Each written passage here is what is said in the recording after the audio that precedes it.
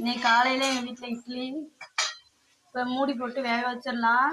இந்த பக்கம் தக்காளி சட்னிக்கு ரெடி பண்ணிக்கிட்டு இருக்கேன். இந்த பக்கம் என்னென்னா, நான் முன்னாடியே கருவேப்பிலை, கடுகு, உளுந்தெல்லாம் தாளித்து வச்சுருக்கேன். இது சட்னி வதக்கணுன்னு இதில் கொட்டுறதுக்காக.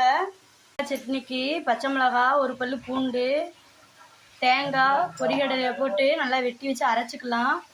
உப்பு போடணும் கடைசியில். தேங்காய் சட்னி அரைச்சி தாளிப்பு போட்டாச்சு. தக்காளி சட்னி ரெடி பண்ணியாச்சு, தாளிப்பு அதுக்கும் போட்டாச்சு. இப்போ இட்லி வந்துருச்சான்னு பார்க்கலாம்.